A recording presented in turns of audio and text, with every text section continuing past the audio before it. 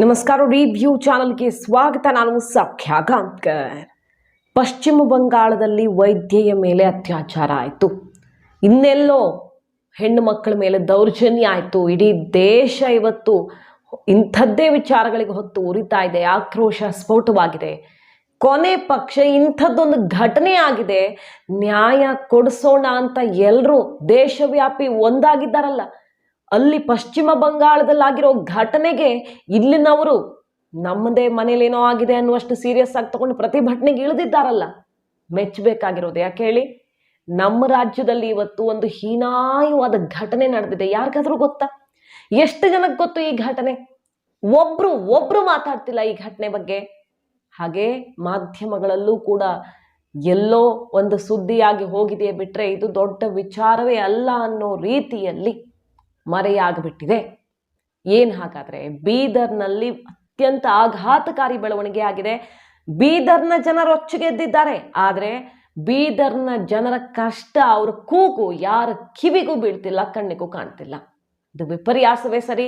ರಾಜಕಾರಣಿಗಳು spot visit ಮಾಡಿಲ್ಲ, ಯಾಕಂದರೆ ಎಲೆಕ್ಷನ್ ಟೈಮ್ ಹತ್ರ ಇಲ್ಲ ಅಂತನೋ ಏನೋ ಗೊತ್ತಿಲ್ಲ. ತುಂಬ ಸಿಕ್ಕಾಪಟ್ಟೆ ಕವರೇಜ್ ಇಲ್ಲ ಟಿವಿಗಳಲ್ಲಿ. ಯಾಕಂದರೆ ಈಕೆ ವಾಸ ಮಾಡ್ತಾ ಇದ್ದಿದ್ದು ಒಂದು ಸಣ್ಣ ಶೆಡ್ನಲ್ಲಿ, ಸಣ್ಣ ತಗಡಿನ ಶೆಡ್ನಲ್ಲಿ ವಾಸ ಮಾಡ್ತಾ ಇದ್ದಂತಹ ಯುವತಿ, 18 ವರ್ಷದ ಹುಡುಗಿ ಕೊಳೆತ ಸ್ಥಿತಿಯಲ್ಲಿ ಆಕೆಯ ದೇಹ ಪತ್ತೆಯಾಗಿದೆ. ಅತ್ಯಾಚಾರ ಆಗಿದೆ ಅನ್ನೋದನ್ನು ಮೇಲ್ನೋಟಕ್ಕಂತೂ ಯಾರಾದರೂ ಹೇಳಬಹುದು. ಆಕೆಯ ದೇಹ ಸಿಕ್ಕ ಪರಿಸ್ಥಿತಿ 3 ದಿನ ನಾಪತ್ತೆ. ಶೆಡ್ನ ಹೊರಗಡೆ ಅಲ್ಲೇ ಎಲ್ಲೋ ನಿಂತಿದ್ದಾಗ ಆಕೆ ನಾಪತ್ತೆಯಾದವಳು. ಕೊನೆಗೆ 3-4 ದಿನಗಳ ಬಳಿಕ ಈ ರೀತಿ ಪರಿಸ್ಥಿತಿಯಲ್ಲಿ ಪತ್ತೆಯಾಗಿರೋದು. ಅಲ್ಲೇನೋ ಎಂಜಿನಿಯರಿಂಗ್ ಕಾಲೇಜ್ ಪಕ್ಕ ಬಿಸಾಡು ಹೋಗಿದ್ದಾರೆ. 3-4 ದಿನಗಳ ಬಳಿಕ ಈ ಅತ್ಯಂತ ಹೀನಾಯವಾದ ಸ್ಥಿತಿಯಲ್ಲಿ ದೇಹ ಪತ್ತೆಯಾಗಿದೆ. ಯಾರಾಕೆ? ಬೀದರ್ನ ಬಸವ ಕಲ್ಯಾಣದ ಸ್ವಾಭಿಮಾನಿ ಹೆಣ್ಣುಮಗಳು. 18ನೇ ವಯಸ್ಸಿಗೆ ತನ್ನ ಕೆಲಸ ತಾನು ಮಾಡಿ ತಿಂತೀನಿ ಅಂತ ಪೆಟ್ರೋಲ್ ಬಂಕಲ್ಲಿ ಕೆಲಸ ಮಾಡ್ತಾ ಇದ್ದಂತಹ, ಸದಾ ನಗ್ನಗ್ತಾ ಇದ್ದಂತಹ ಒಬ್ಬಳು ಹೆಣ್ಣುಮಗಳು. ಆದರೆ ಇವತ್ತು ಆಕೆ ಕಥೆ ಏನಾಗಿದೆ ನೋಡಿ. ಯಾರೋ ಕಾಮಕರು ಮುಕ್ಕಿದ್ದಾರೆ. ಆದರೆ ಇದ್ರ ಬಗ್ಗೆ ಯಾರಿಗೂ ತಲೆ ಬಿಸಿ ಇಲ್ಲ. ಬಡ ಹೆಣ್ಣು ಮಗಳು ಅಂತಾನೋ ಅಲ್ಲ ಆಕ್ರೋಶ ಸ್ಫೋಟವಾಗಿರೋದು ಹೆಂಗೇನೆ? ಏನು ಉತ್ತರ ಕರ್ನಾಟಕದ ಜನ ಅಂತ ನಿಮಗೆ ಕಾಳಜಿ ಇಲ್ವಾ? ಅಥವಾ ಬಡ ಹೆಣ್ಣು ಮಗಳು ಒಂದು ಶೆಡ್ಡಲ್ಲಿ ಬದುಕ್ತಾ ಇದ್ರು, ತಂದೆ ತಾಯಿ ಮಗಳು, ಹೇಳೋರಿಲ್ಲ ಕೇಳೋರಿಲ್ಲ ಅಂತ ಆಕೆ ಮಾನಕ್ಕೆ ಬೆಲೆನೇ ಇಲ್ವಾ? ಏನೂ ಎತ್ತ ಗೊತ್ತಿಲ್ಲ. ಅನ್ಯಾಯ ಅಂದ್ರೆ ಅನ್ಯಾಯ ತಾನೆ. ಅಲ್ಲಾದರೂ ಅನ್ಯಾಯನೇ, ಇಲ್ಲಾದರೂ ಅನ್ಯಾಯನೇ. ದೊಡ್ಡವ್ರ ಮಕ್ಕಳಿಗಾದ್ರೂ ಅನ್ಯಾಯನೇ, ಸಣ್ಣವ್ರ ಮಕ್ಕಳಿಗಾದ್ರೂ ಅನ್ಯಾಯನೇ. ಏನಿದ್ರ ಅರ್ಥ ಹಾಗಾದ್ರೆ?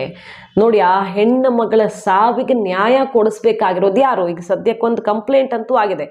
ಬಸವ ಕಲ್ಯಾಣ ಶಹರ ಪೊಲೀಸ್ ಠಾಣೆಯಲ್ಲಿ ಪ್ರಕರಣ ದಾಖಲಾಗಿದೆ. ಗುಣತೀರ್ಥವಾಡಿ ಅನ್ನೋ ಗ್ರಾಮದ ಹೊರವಲಯದಲ್ಲಿ ಈಕೆಯ ದೇಹ ಪತ್ತೆಯಾಗಿರೋದು ಕೊಳೆತ ಸ್ಥಿತಿಯಲ್ಲಿ. ನೋಡಿದ್ರೆ ಬಹುತೇಕ ಯಾರಾದರೂ ಅರ್ಥ ಮಾಡ್ಕೊಳ್ತಾರೆ ಇಲ್ಲಿ ಏನಾಗಿದೆ ಅನ್ನೋದನ್ನ. ಅತ್ಯಾಚಾರವೆಸಗಿ ಕೊಲೆ ಮಾಡಿರುವಂತಹ ಶಂಕೆ ವ್ಯಕ್ತವಾಗಿದ್ದು, ಅದೇ ನಿಟ್ಟಿನಲ್ಲಿ ಕೇಸನ್ನ ದಾಖಲಿಸಿಕೊಂಡಿದ್ದಾರೆ. ಬೀದರ್ ಜಿಲ್ಲೆ ಬಸವ ಕಲ್ಯಾಣ ತಾಲೂಕಿನ ಗುಣತೀರ್ಥವಾಡಿ ಗ್ರಾಮದಲ್ಲಿ ನಡೆದಿರುವಂತಹ ಘಟನೆ. ಪಾಪ ತಂದೆ ತಾಯಿ ಅತ್ಯಂತ ಬಡತನದಲ್ಲಿ ಒಂದು ಹೊತ್ತಿನ ತುತ್ತಿಗೂ ಒದ್ದಾಡ್ತಿರುವಂತಹ ದಂಪತಿ.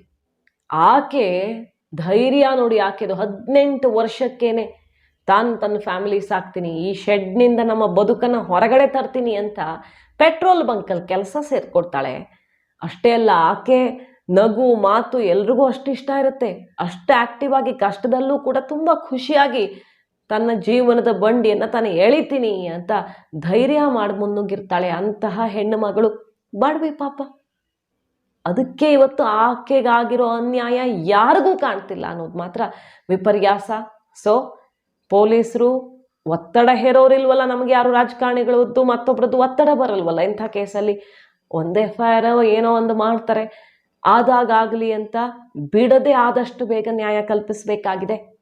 ಬೀದರ್ನ ಉಸ್ತುವಾರಿ ಸಚಿವರು, ಅಲ್ಲಿನ ಶಾಸಕರುಗಳು, ಒಂದು ಶೆಡ್ಡಲ್ಲಿ ಬದುಕ್ತಿರೋ ಬಡ ಕುಟುಂಬ ಸರ್. ತುಂಬ ಓಟಿಲ್ಲ ಮನೇಲಿ, 2 ಓಟಿದೆ, ಉಳ್ಕೊಂಡಿರೋದು 2, 3 ಇತ್ತು, ಈಗ 2 ಆಗಿದೆ.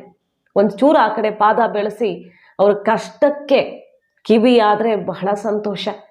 ನಿಮ್ಮ ಜಿಲ್ಲೆಯಲ್ಲಿ ಇಂಥದ್ದೊಂದು ದುರ್ಘಟನೆ ಸಂಭವಿಸಿದೆ. ಯಾವ ಹೆಣ್ಣು ಮಕ್ಕಳಿಗೂ ಆಗಬಾರ್ದು ಅಂತಹ ಘಟನೆ ಸಂಭವಿಸಿದೆ. ಆ ಸ್ವಾಭಿಮಾನಿ ಹೆಣ್ಣು ಮಗಳು ಇವತ್ತು ಬೀದಿ ಶವವಾಗಿದ್ದಾಳೆ. ವಯಸ್ಸಾಗಿರೋ ತಂದೆ ತಾಯಿ ದುಡಿಯೋದಕ್ಕೂ ಕಷ್ಟ ಅನ್ನೋ ಪರಿಸ್ಥಿತಿ ಇದೆ ಅವರಿಗೆ. ಒಂದ್ಸಲ ಹೋಗಿ ನೋಡ್ಕೊಂಡು ಬನ್ನಿ. ಎಲೆಕ್ಷನ್ ಟೈಮ್ ಆಗಿದ್ರೆ ಸುಮ್ಮನಿರ್ತಿದ್ರಾ ನೀವು?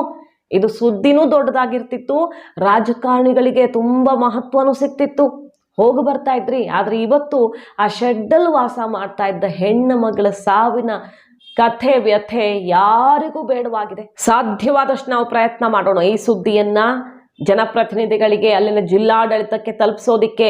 ಯಾರು ಈ ಕೆಲಸ ಮಾಡಿದ್ದಾರೋ ಅವರಿಗೆ ಹೆಡೆಮುರಿ ಕಟ್ಲಿ, ಒದ್ದು ಒಳಗೆ ಹಾಕ್ಲಿ. ಇವತ್ತು ಬೇರೆ ಬೇರೆ ಕೇಸ್ಗಳು, ಸೆಲೆಬ್ರಿಟಿ ಕೇಸ್ಗಳು ಅಂದರೆ 1000 ಜನ ಇರ್ತಾರೆ ಪ್ರಶ್ನೆ ಮಾಡೋರು, ನ್ಯಾಯ ಕೊಡಿಸೋಕ್ಕೂ ತುಂಬ ಜನ ಬರ್ತಾರೆ. ಆದರೆ ಇಂಥವ್ರ ಕಷ್ಟ ಕೇಳೋಕೆ ಯಾರು ಬರ್ತಾರೆ ಹೇಳಿ? ಯಾರಿಗೆ ಇಂಟ್ರೆಸ್ಟ್ ಇದೆ? ಆಕೆದೊಂದು ಜೀವ ಇದ್ರೂ ಇಲ್ಲದೆ ಇದ್ರೂ ನಮಗೇನು ವ್ಯತ್ಯಾಸ ಆಗತ್ತೆ ಅನ್ನೋ ಮನಸ್ಥಿತಿಯಲ್ಲಿ ಕೂರ್ಬೇಕಾ ಇವತ್ತು? ನಮ್ಮ ರಾಜಕಾರಣಿಗಳಿಗೆ ಮತ್ತು ಜನಸಾಮಾನ್ಯರಿಗೂ ಕೂಡ ತಲುಪಬೇಕು. ಬರೀ ರಾಜಕಾರಣಿ ಸರ್ಕಾರ ಅಷ್ಟೇ ಅಲ್ಲ, ಜನಸಾಮಾನ್ಯರದ್ದು ಕೂಡ ಜವಾಬ್ದಾರಿ ಇದೆಯಲ್ವಾ? ಎಲ್ರಿಗೂ ಈ ವಿಚಾರವನ್ನು ತಲುಪಿಸುವ ಪ್ರಯತ್ನ ಮಾಡೋಣ. ಆ ಹೆಣ್ಣು ಮಗಳಿಗೆ ನ್ಯಾಯ ಸಿಗಲಿ ಅನ್ನೋದಷ್ಟೇ ನಮ್ಮ ಉದ್ದೇಶ. ವೀಕ್ಷಕರ, ಈ ಬಗ್ಗೆ ನಿಮ್ಮ ಅಭಿಪ್ರಾಯ ಕಮೆಂಟ್ ಮಾಡಿ ತಿಳಿಸಿ. Thank you.